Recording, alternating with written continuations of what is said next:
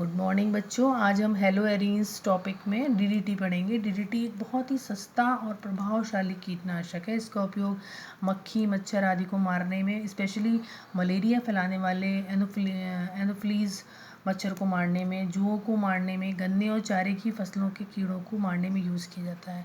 पर अधिक समय तक डीडीटी का प्रयोग करने पर कीट क्या कर लेते हैं, इसके विरुद्ध प्रतिरोधक क्षमता या रेजिस्टेंस डेवलप कर लेते हैं, यानी कि उनके ऊपर डीडीटी का कोई प्रभाव नहीं पड़ता है।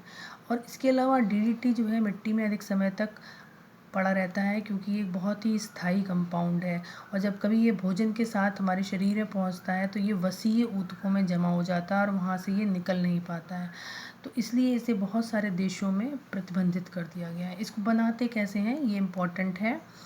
क्लोरल CCl3CHO, क्लोरल की क्रिया जब क्लोरोबेंजीन के दो अणुओं के साथ कराई जाती है in presence of concentrated H2SO4, तो आप देखिएगा कि ये जो ऑक्सीजन है ये इन दो हाइड्रोजन से क्रिया करती है और ये बेंजीन रिंग्स यहाँ से अटैच हो जाती है। देखिए CCl3CH और यहाँ से ये दोनों क्लोरोबेंजीन के जो दो अणु लिए थे हमने, वो दोनों यहाँ हाइड्रोजन के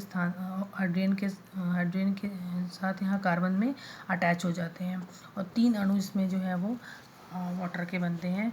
डीडीटी का पूरा नाम है dichloro diphenyl trichloroethane. Dichloro, D for dichloro, D for diphenyl, T for trichloroethane. ये इम्पोर्टेंट है और कई बार इसका नाम जो है एग्ज़ाम में पूछा गया है, स्ट्रक्चर भी पूछा गया है।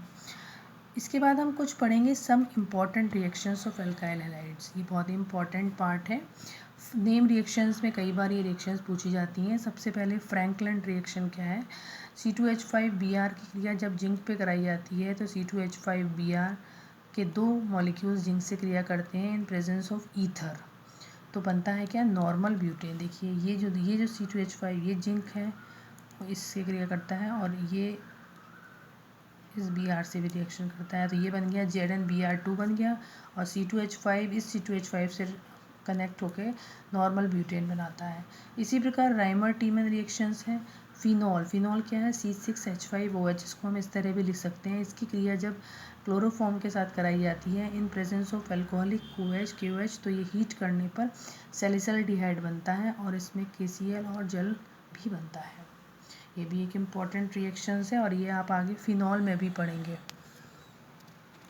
नेक्स्ट है carbyl amine reactions. Carbyl amine reaction में कोई भी प्राथमिक एमीन, जैसे कि देखिए C2H5NH2 की क्रिया जब क्लोरोफॉर्म से और अल्कोहलिक KOH से कराई जाती है तो C2H5NC बनता है और KCl और जल हमको प्राप्त होता है। इसी प्रकार से जब एनिलीन C6H5NH2 की क्रिया क्लोरोफॉर्म से कराई जाती है in the presence of alcoholic KOH, तो हमको क्या मिलता है, फिनाइल आइसोसाइनाइड मिलता है।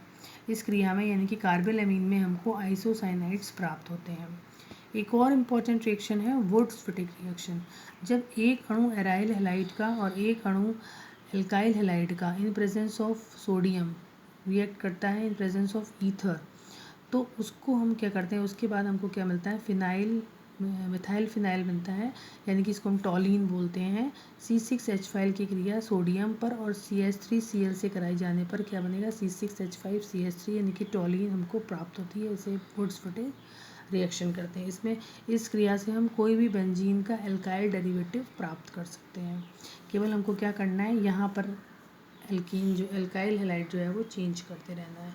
नेक्स्ट है विहाइड्रोहेलोजिनेशन, यानी कि किसी भी कंपाउंड में से हेलोजन परमाणु को पृथक करना क्या कहलाएगा, विहाइड्रोहेलोजिनेशन।